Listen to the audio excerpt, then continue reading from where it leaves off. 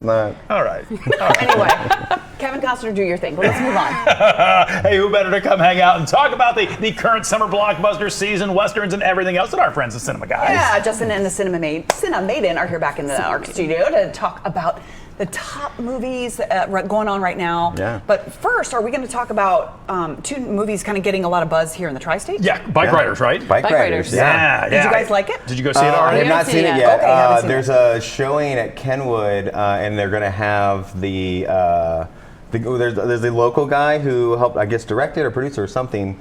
He's going to be there, which is kind of cool, and so I want to. Well, and they did a premiere here, which it's I think really cool when they have the With opportunity. the director, right? He came back out, in. and when you hear from folks who are out in Hollywood and doing all these kind, and they come here and they're so complimentary, not just of sort of the set and the opportunities to shoot in places that very much look frozen in time in a sense, that a lot of them come here because of the architecture, but to hear how positive they are on the professionalism of people who are hired here, local crews and stuff. That's pretty cool. Yeah. And like just Cincinnati in general, they love the city and they think it's cool. Like, I can't wait to see what other movies are going to get made here. Emilio, he started it for us. Speaking of westerns, God bless him, Emilio. Yep. Yes. There is a horror sequel you guys want to talk about? well, it's sort of the sequel prequel of The Quiet Place. Oh, that's right. Did they shoot that around here? No, Oh, but it's come on, coming out. gosh. Yeah, Okay, it's coming out really soon. cool. Yeah, no, it looks great. I'm trying real hard. I think we talked about this last time, to be an extra on the new Superman movie. Have you ever filled out the application to be an extra? No, is it crazy? It is. They need your suit size and your neck size. Like it's a lot. So I had to stop and be like, I got to go gather this information to do it. But I'm trying really hard. I just want to be a. We're seeing some That's the Quiet Place. Yeah. Quiet Place stuff I think right that was here. 2, and then it goes back goes back to okay. one. day one. Back to Because day we never one. know what really happened, right? Because it was When so, they first got here, Yeah. I guess I liked both of those movies quite Yeah. a They're so bit. good. Yeah. They just the way they amped up the suspense. Yeah, so good. Also, correct me if I'm wrong, but it was quite inclusive of people who were actually deaf. Oh Yes. yeah, because the Yeah. main actress who played she was. Yeah, in and I the- think Did John Krasinski write it? Yes, Yes. and directed. and I can't remember if he required everyone to learn sign language. Yeah, Yeah. that or feels something, right. something along those lines. Which is they're pretty so neat. good, and I like horror. I don't love it. I'm not into all the craziness, but those are my are good favorites. ones, Like, yeah. I Because love it's a suspense horror. Right. It's not like It's a not a gross. Yeah, I don't think like it's horror. Yeah. I think it's more suspense than. Yeah. Because I don't want to watch a lot of blood. Right. Same. Not Yeah. a big fan. of Did that you ever kind of see the one that they did where they reversed it? It was the Sandra Bullock one. The yeah, bird Bird with Box. the Bird stuff. Box. Was that Yeah, Netflix? no, it was I didn't Netflix see one. that Yeah, one. so that's Yeah, what yeah, instead of you couldn't look at anything. Right. Instead of make noise. Yeah. And it wasn't great. Quiet Place was- Yeah, Quiet Place was way Quiet better. Place was No, better. I'm really excited about that one. I like prequels. I'm really into story and Yeah. narrative. Anytime you give me more story, I'm like, I'm in all the way. More. Speaking of more, I was look going to at say the you same with thing. a transition. Summer box office, lots of stuff going on. Inside Out, have you guys seen it? I did. It is killing it. Oh, I haven't It seen. I is. don't like them. Okay. It makes me feel too much. Oh, Let me Yeah. tell you, wow. I don't this like that one. did not make me cry like the first one. Oh, really? Yeah, and I have a 10-year-old son, and so I thought I was prepared going in, especially when they set anxiety in it. I'm like, oh boy, I'm getting Yeah. my tissues out. I didn't cry. I thought it was great, and I thought it really did an amazing job of illustrating what it's like to have anxiety or anxious thoughts and ways to get around that. I just thought it was so good at that. I thought it was a little above my son's head even. Oh, in some, interesting. like it is, but it's fantastic, I think, for teens, adults even, who may deal with those kind of issues.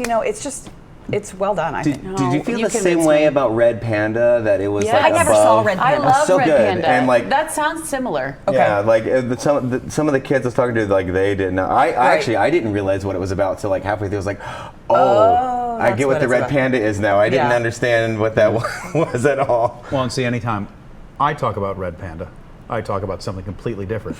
It's a woman who does halftime shows at basketball games. Tanner Now, said, wait, listen. Tanner said, Bob, this time I'm not pulling it up. She rides a unicycle Yeah. and flips cups up onto her head. Yeah. It's one of the most amazing things you'll ever see in your The life. Red Panda. That Nice. has nothing to do with what we're talking about today, but I just thought I'd bring it up. We have a weird rule about animated things because all of our boys are now older teenagers. We had to sit through like a decade of every animated thing that came out. Good, so bad, we were or like whatever. the theater. We're like we don't use we see wait till they come to things. I'm telling you though, if you are anybody that deals with anxiety, or you have a friend or a family member and you want a good explanation of what it's like, because I do, I was like, this is just brilliant. This is what it's like when I'm having an anxiety attack or having those feelings. Like the way they illustrate it is incredible. I should take my wife to see I it. love that. She's sending me Instagram memes all the time of like, this is what it's like. You just need to know. This is what it's like. So well, maybe and when we talk about animated stuff just generally, for so long, Pixar did not miss. Do you know what I mean? Everything that was a Pixar you're gonna was cry, you're gonna laugh. really doesn't matter how old you are. Like it's a go see it because it was so good. They've had some that didn't quite hit that level, but it sounds like this one. I think it did. Kind of brings it back. Yeah, people are loving it. Yeah. What other anything we got about? Well, we got the left? big Deadpool Wolverine when coming does that out. come out? Next month. July Next month. 23rd. Yeah, Something around there. Yeah. We're doing something at the Kenwood with it, some trivia before, fun. which will be fun. But Super fun. No, I'm really excited about that. Like that one needs to crush in the way Inside Out has in terms of bringing in money for the box office. 'Cause that's been some work. I know we're supposed to talk about. I am really into how to get people going back to theaters. It just doesn't happen. There's something about the communal experience of certain movies. But I think we've all gotten so comfortable. Well, lately I've been like, what is it? Is it because streaming? Is it because post-COVID? Is it, or is it just not interesting to people? Like I could just watch it at home. Because I prefer to go to the theater to see it, even though I can. There are some movies that I will go to see in the theater, even though I have them streaming, because I just can't pay attention at home, and I want that immersive experience of being like seeing it on the big screen, having the popcorn. But maybe that's just not some people's. I know. I just feel like I'm wondering all the time. Like, is it just done? And I hope not. I love it. I think there's a lot in the stew, and in terms of why. But there are certain movies that I consider got to go to the theater movies, and certain movies that not like a smaller movie that not big screen effects and big oohs and ahs. I can watch that at home and it tends not to bother me.